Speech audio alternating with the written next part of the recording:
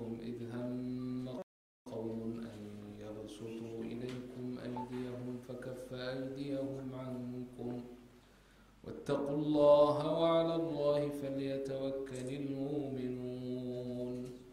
ولقد أخذ الله ميثاق بني إسرائيل وبعثنا منهم 12 نقيبا وقال الله إني معكم لئن أقمتم الصلاة وآتيتم الزكاة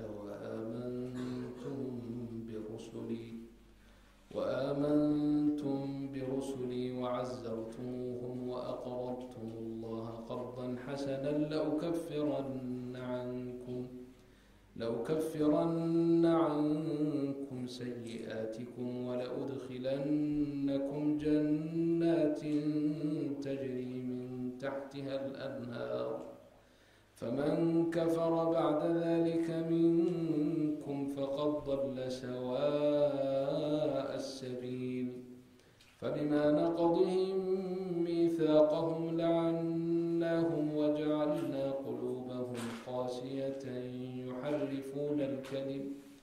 يحرفون الكلم عن مواضعه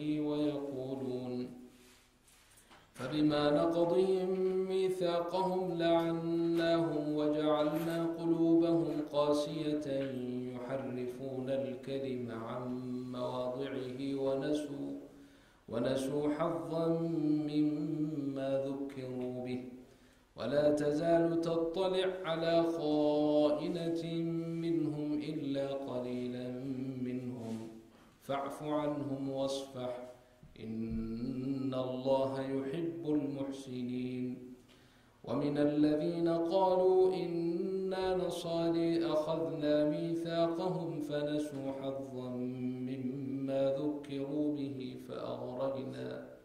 فأغرينا بينهم العداوة والبغضاء إلى يوم القيامة وسوف ينبئهم الله بما كانوا يصنعون.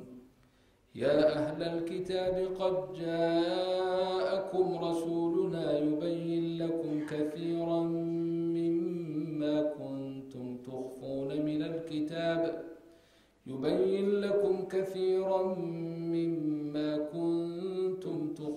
من الكتاب ويعفو عن كثير. قد جاءكم من الله نور وكتاب مبين يهدي به الله من اتبع رضوانه سبل السلام ويخرجهم من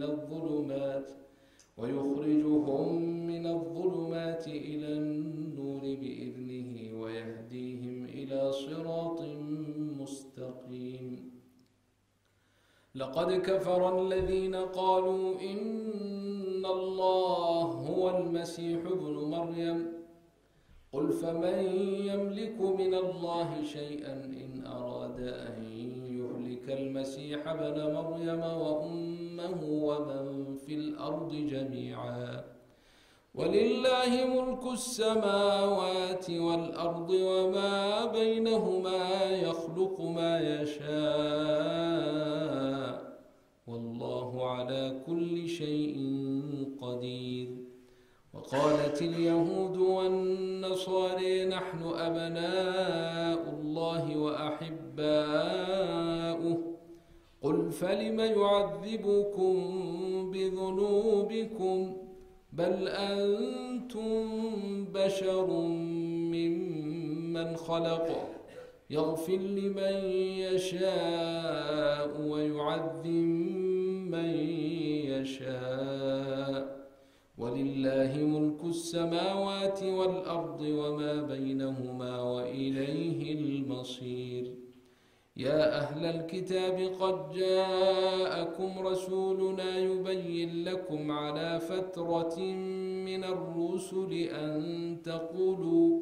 أن تقولوا ما جاءنا من بشير ولا نذير فقد جاءكم بشير ونذير والله على كل شيء قدير.